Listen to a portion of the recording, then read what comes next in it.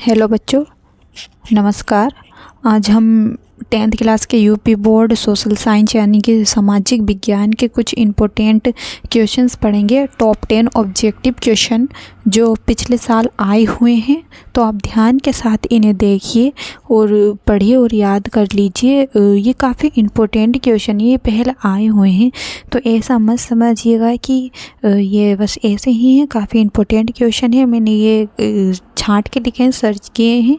जो पिछले साल क्वेश्चन पेपर आए हुए हैं उसमें है ये। तो आपका 11 मार्च को पेपर है सामाजिक विज्ञान का, और आपको तैयार करना है ये अच्छे से। देखिए, हमारा हमने 10 क्वेश्चन की लास्ट वीडियो भी बनाई थी, लास्ट वीडियो में बताया था, तो उसमें टॉप 10 क्वेश्चन थे। तो यहाँ पे 11 से हम स्टार्ट करते हैं। देखिए, नंबर 11 पे क्या है, निम्नलिखित में से कौन सा खनिज धात्विक है। तो कौन सा खनिज धातु है, कोयला, अवरक, चूना पत्थर या लोहा अयस्क। तो लोहा अयस्क जो है वो धात्विक खनिज है, यानी कि जो धातु से बना हुआ है वह पूछा गया है इसमें। तो इसमें क्या है, धात्विक खनिज जो है वो लोहा अयस्क है। ठीक है, बढ़ते हैं अगले क्वेश्चन पर।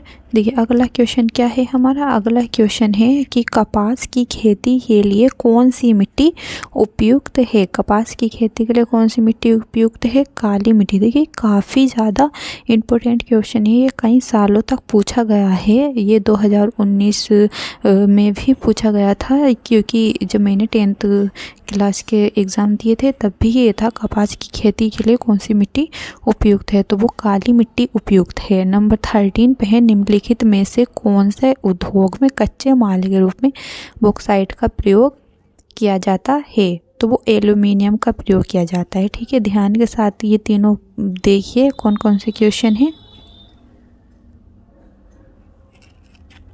तो बढ़ते हैं नंबर 14 पे।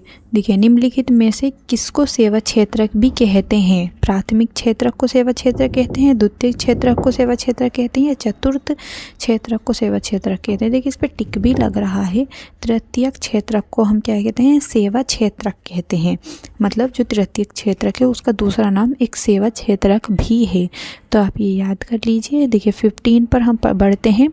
सार्वजनिक क्षेत्र तथा निजी क्षेत्रक के विभाजन का आधार है। क्या है इन दोनों के विभाजन का आधार, सार्वजनिक क्षेत्र तथा निजी क्षेत्र के जो डिवाइड हुआ था, ये इनका जो विभाजन हुआ था, तो वो किसके आधार पर हुआ था, इसमें ये पूछा गया था। वो उद्यमों का स्वामित्व, इसमें ये आंसर होगा। ठीक है, 16 नंबर पर एजेंडा 21 का संबंध किससे है।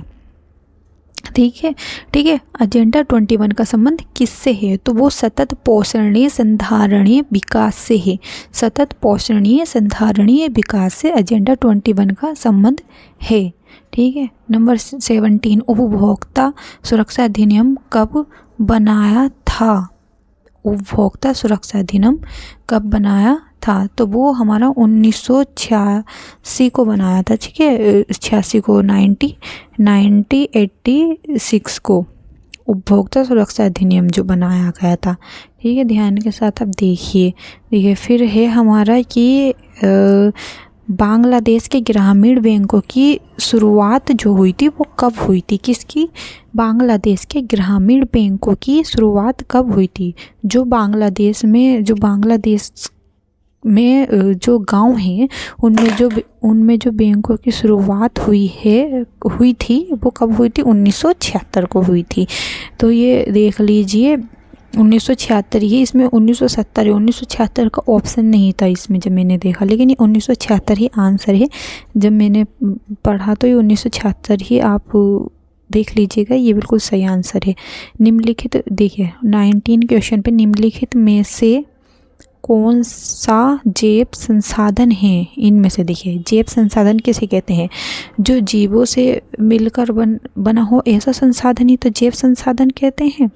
तो लोहा क्या जीव है, नहीं, वो तो एक मेटल है।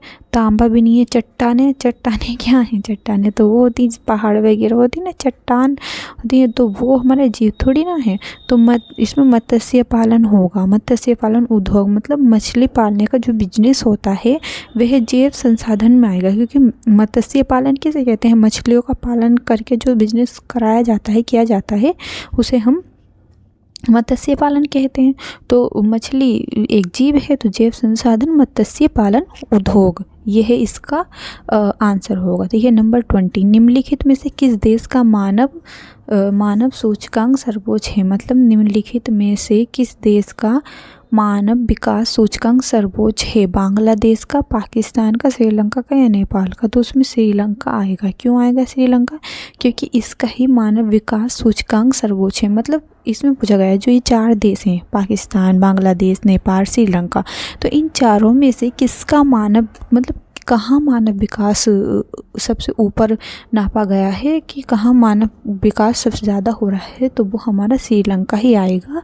इन चारों ऑप्शन में पूछा जाएगा तो उसमें श्रीलंका ही आएगा। और सबसे नीचा सूचकांक पूछा गया तो वो पाकिस्तान का आएगा, क्योंकि जो पाकिस्तान देश है तो उसका सबसे नीचे है सूचकांक, ठीक है, मानव विकास का। लेकिन इन चारों में से श्रीलंका का सब सर्वोच्च है। नेपाल, बांग्लादेश और पाकिस्तान, इन तीनों से इस चौथे का सही है, ठीक है, श्रीलंका इसमें आंसर आएगा। तो आप ये याद कर लीजिएगा, काफ़ी इम्पोर्टेंट क्वेश्चन है ये, मैंने देखे हैं।